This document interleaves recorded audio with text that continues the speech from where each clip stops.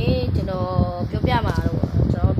တော်တို့ထိုင်းကိုရောက်နေတယ်ကျွန်တော်ထိုင်းစာတေးရတယ်ကျွန်တော်ဘယ်လိုလဲပေါ့နော်ကျွန်တော်တို့ထိုင်းစာဘလောက်ခက်လဲဆိုတာပေါ့နော်ထိုင်းမှာနေရတော့အစီတော့တော်တော်ပြည့်တယ်ဒါပေမဲ့ကျွန်တော်တို့တွေထိုင်းလို့မပြောတတ်ရင်ကျွန်တော်ဒီထိုင်းမှာဘာမှလုပ်လို့မရဘူးเนาะအဲအကြောင်းကျွန်တော်အခုပြောချင်တာကျွန်တော်တခြားပြည်ပကိုတွားမယ်ဆိုရင်ကျွန်တော်တို့သူတို့ရဲ့စကားကိုတင်ရှာပြောတတ်မှာပေါ့နော်တော့တွားလို့ရမယ်ဒီမို့ဆိုကျွန်တော်ထိုင်းတွားတယ်မလားဆိုတော့ထိုင်းကိုတွားတယ်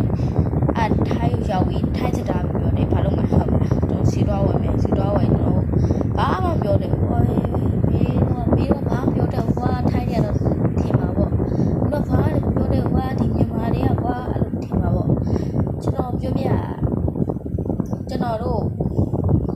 မြန်မာတွေကထိုင်းကိုတွားရင်ထိုင်းစကားကိုတက်ဖို့လိုတယ်လူကျွန်တော်ထိုင်းမှာတင်ရိုက်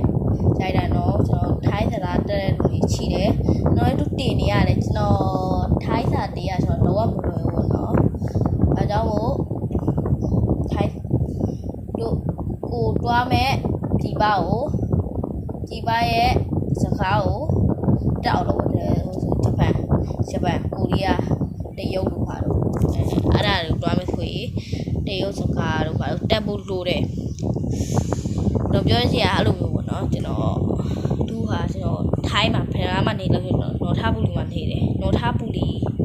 ပေါ့နော်နော်ထားပူလီမြို့မှာနေတာကျွန်တော်ကသူဟာကျွန်တော်တို့2026မှာထိုင်းမှာ